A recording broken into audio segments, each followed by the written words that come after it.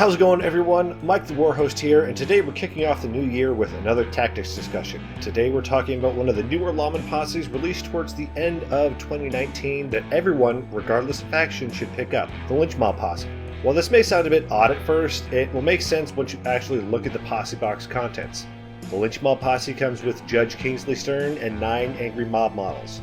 As of the time of this recording, this is the only reliable way to get access to any angry mob models whatsoever. Since these are normally strategic units and quite a few bosses and faces have access to Rabble Rouser, this makes the angry mob box practically a requirement for any Wild West Exodus player. Currently, there is no indication that the angry mob models will be released as a separate box, so this is your only option for the time being. The Lynch mob posse is one of the general faction trend bucking options that tend to pepper the Wild West Exodus landscape. Most Lawmen posses will have a relatively low model count and rely more on face and support options to do most of the heavy lifting. The Lynch mob posse, as the name might suggest, is more of a horde option focusing on waves of deputies and angry mob units filling the board. The theme bonus for this posse gives all angry mob units the deputy trait and allows all deputies the ability to reroll failed YOLO checks. Keep in mind the fact that the posse bonus only gives angry mob units the deputy keyword. It does not make them a hands unit. And since this is a horde-based theme posse, expect to need at least 2 boxes of deputy hands units to run this effectively. If you decide to go this route, I highly recommend getting a decent batch painting routine ready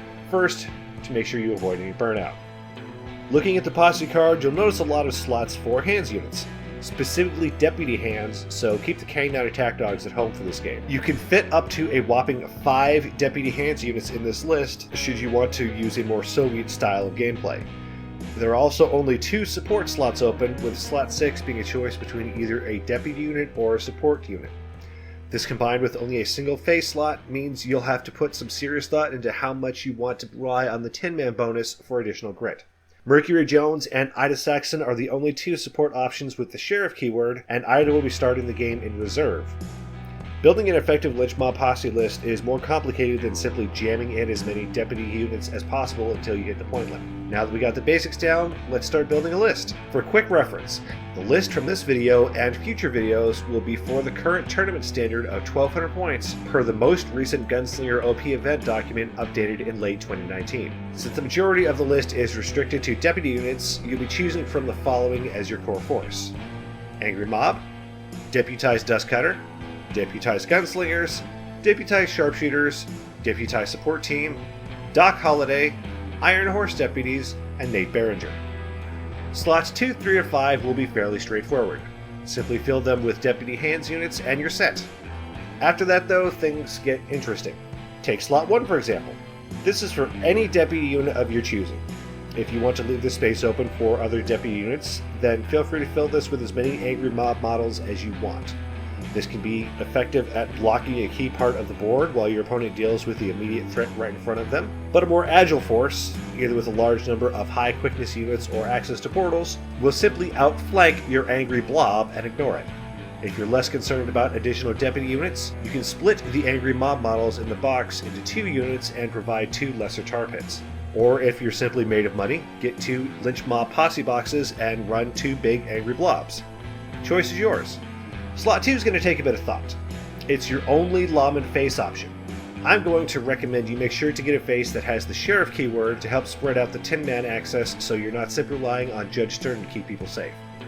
In my example list, I decided to go with Jedrick Powell. He's a bit pricey, but access to not only 10-man, but Form Up on Me for a 3-move action at the start of the game will definitely help get this foot slogging list up the board and into position a little bit faster. Slot 4 will be dependent on how many angry mobs you're taking. If you're running 2 units, then this slot will be at least half filled already. If not, then you have a bit more flexibility. My example list for this video only has a single angry blob, so both are currently available. I'll be taking Mercury Jones for additional 10-man access, as well as Nate Behringer for some hard-hitting blast weaponry, as well as the forward echelon grit bonus. I can utilize Mercury Jones' Skyleap to help put her where she's needed most for some additional survivability. This leaves me with the final slot in the posse to fill with either a deputy unit or a support unit, and about 175 points to play with. When deciding, I'd recommend looking at any weak points your list might have and try to fill that niche as best you can. While building this example list, I saw that my force currently is pretty slow and won't be able to react all that quickly, so I decided to put in a trio of Iron Horse deputies to fill the last slot. They're quick, have access to moving target, and the linked quality on their Gatling guns will help make up for their paltry aim of 4. This will be enough to either eliminate or severely weaken all but the absolute toughest units in the game. At the end of the day, my Lynch mod posse comes out to a whopping 30 models, which is massive for a game of this scale.